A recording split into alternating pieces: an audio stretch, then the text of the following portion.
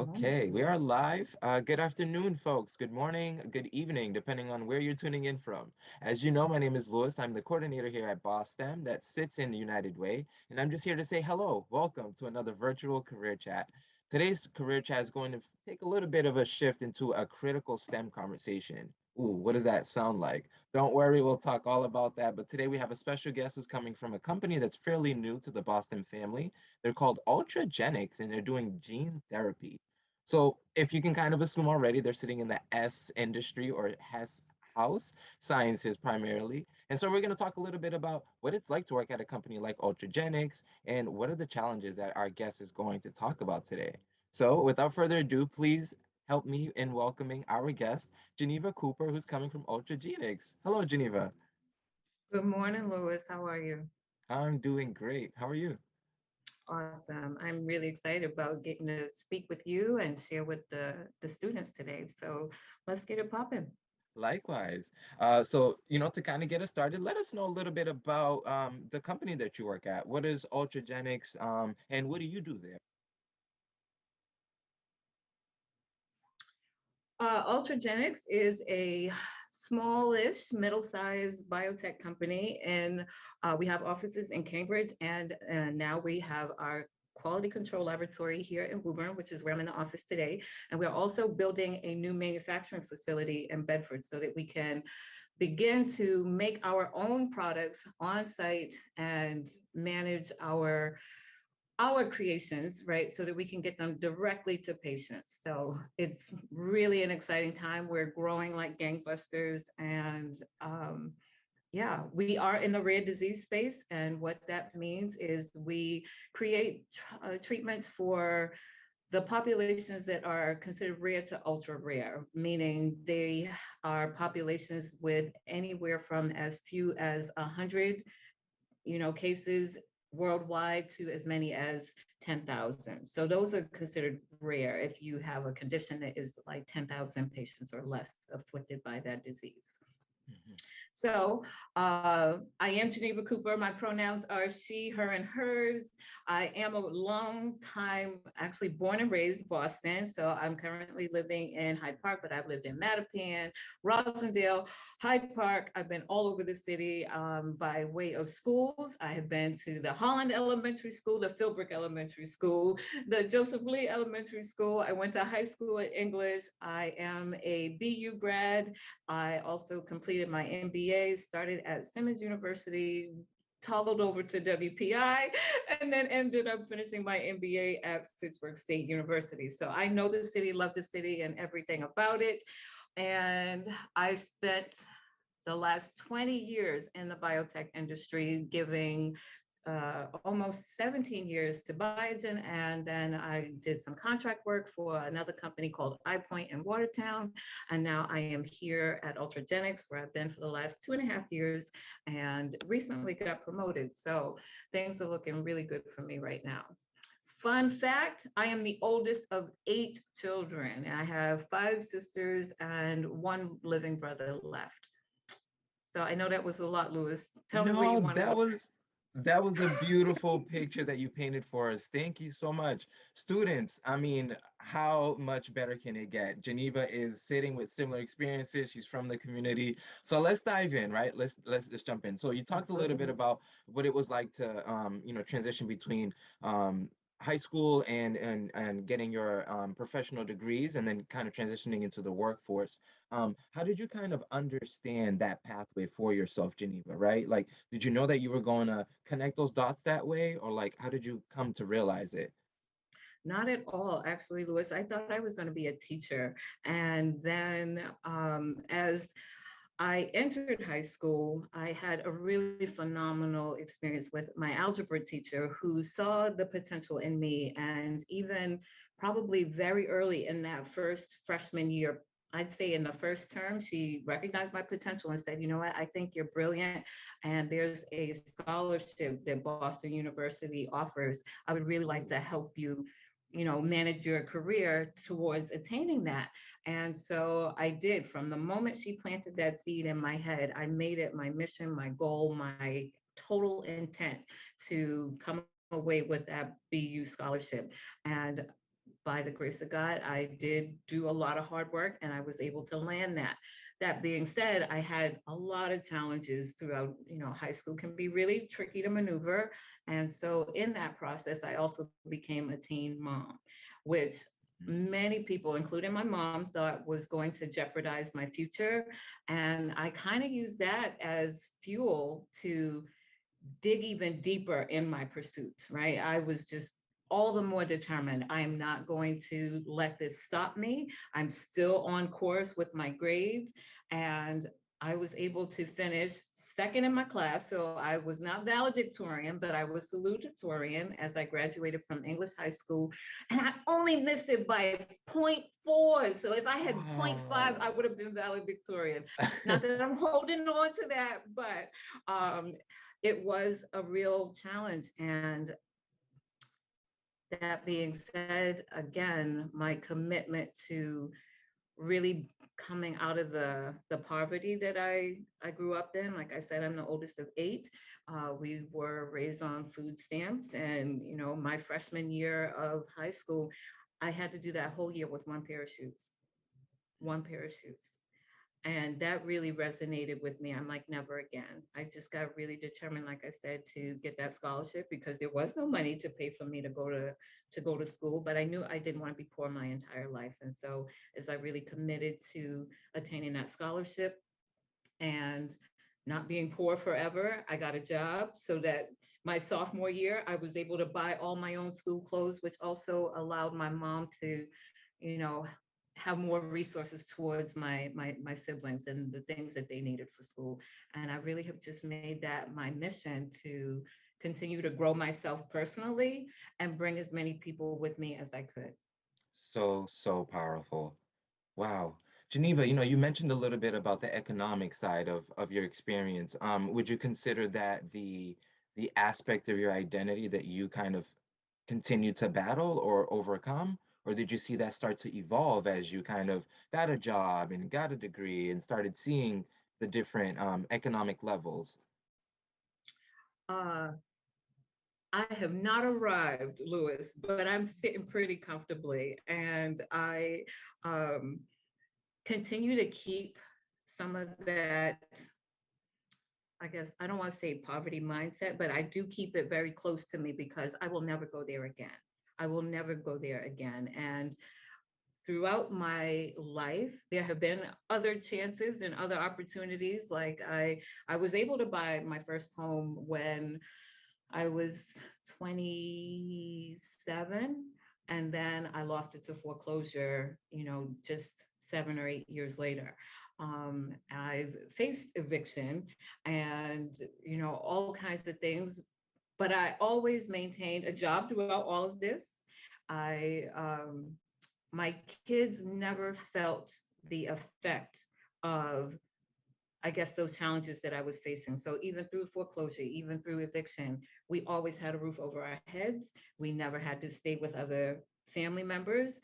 Um, and I would like to think I was able to protect my kids from that. So because I grew up so poor, I made it also part of my mission to become financially stable, to establish savings in an emergency account and really take care of my credit and all of those things that we're not really told about in school, but end up being so critical to you really being able to create a meaningful and fulfilling life. Now, money isn't everything, but it sure does help, right? And so, having been on both sides of it,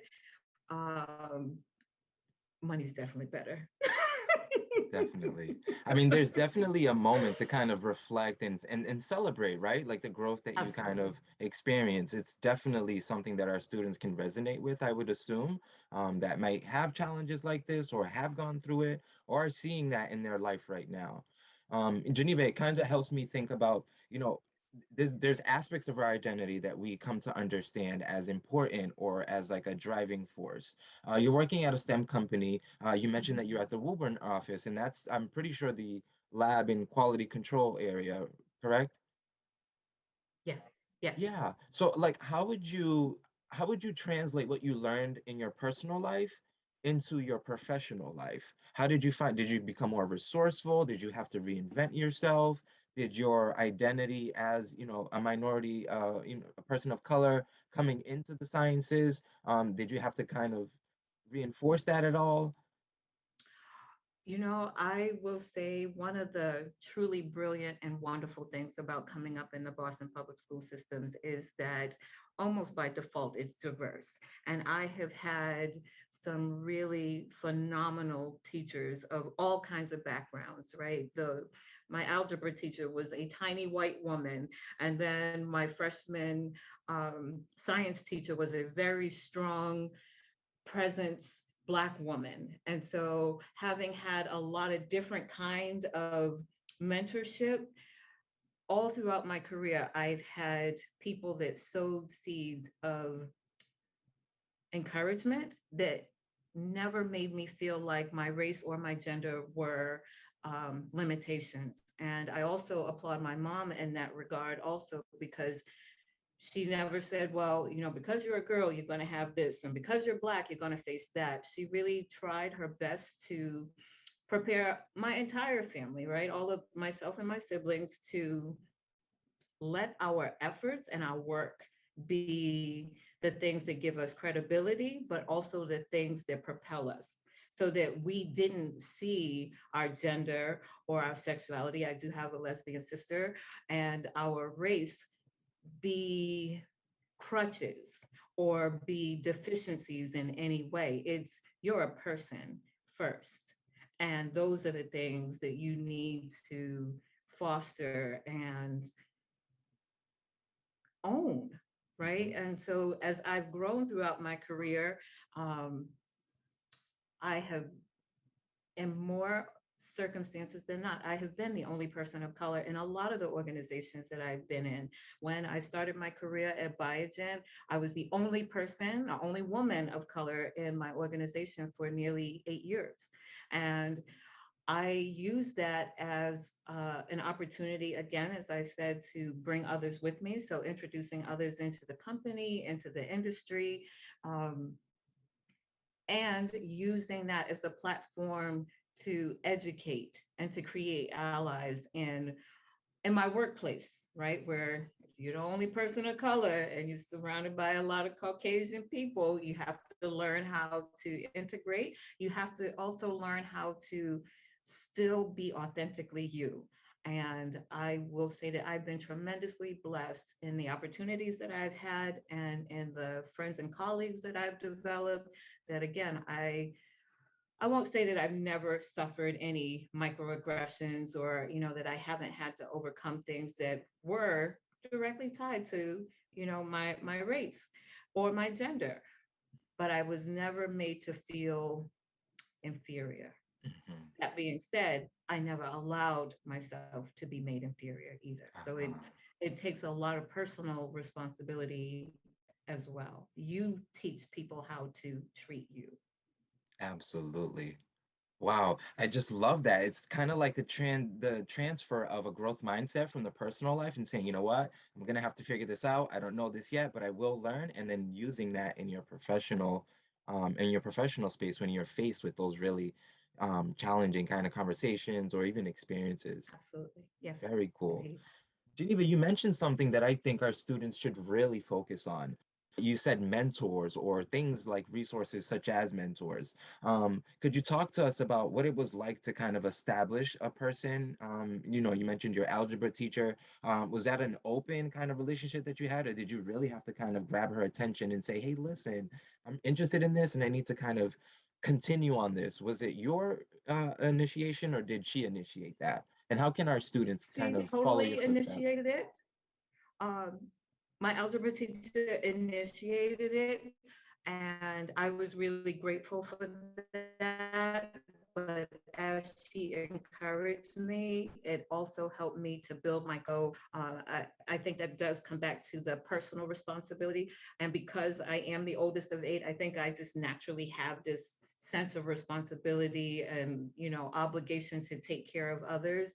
And along the way, I've had to remember to take care of myself, right? And with that, as my confidence grew, I was able to ask for more help when I needed it, and to to eventually become a mentor in the lives of my own children. And I tell people all the time, I have about 15 kids. I only gave birth to two, but the rest have adopted me as their mom because um, I recognize the value of creating that space and being available, and how little it actually costs to plant a seed or to invest in someone else. And so I this is my way of continuing to pay it forward. Absolutely. Thank you. You're just reinforcing the communication that we're giving to our students about the environment that they can walk into. A lot of development happening in the STEM industries, but then also understanding that there's such a supportive community. People are so willing and ready to help. You being a volunteer today and sharing your perspective is a great example. So I'm so happy that we're kind of able to bring that full circle for our students. Geneva, we're ending our the end of our session here today, and I just want to kind of wrap up our conversation because we highlighted a lot of important things, your upbringing and the lessons that you learned, kind of going through your professional career. What kind of advice would you give students that might be interested in a career like this, but have similar kind of capacities, right? They're not really the A and B or honor roll student in these STEM industries, but they're interested. They want to be a part of it. They want to help out. What advice would you give those students? What advice would I give those students? Ask. Ask for the help. If you are struggling in a particular subject, in the math, or any resources available to you in your own school, and if you can't find them in your school, Lewis can help you plug into some Yes. resources. But definitely it will take a lot of initiative on your part individually, but if you ask, the help will show up. Absolutely. So much power in youth voice. So much. Lewis, I'm so excited to have had this time with you. Thank you so much. Any other questions? No, no, that actually brings us to the end of our time today. We highlighted a lot of the key points here. I just wanted to shift our focus to our students and our educators that might be listening in. So, folks, we kind of talked a little bit about what it's like to be a woman of color and working in a STEM industry. Geneva brings a really great perspective, having grown up in the city of Boston and kind of went through the Boston public school system. So I really hope that folks are taking this as an open invitation to reach out to myself, to continue this conversation, or to just build this connection with Geneva and the folks at Ultragenyx. So please continue to tune into our STEM sessions, and thank you so much, Geneva, for taking the time to join us for our sessions today. Thank you, Lewis, for having me. And if any of your students is interested in having further dialogue, I will share my email with you, and I encourage you to share that with anybody that's interested in having further discussions as well. Thank you so much. Well, I don't want to keep you. I know that you're busy and there's also some STEM stuff that you have to get done. So thank you again for your time today. And I hope to see some more Ultragenyx employees in the future. Awesome. Thank you so much, Lewis. So good to see you and to meet you. Have a great day and good luck, everyone.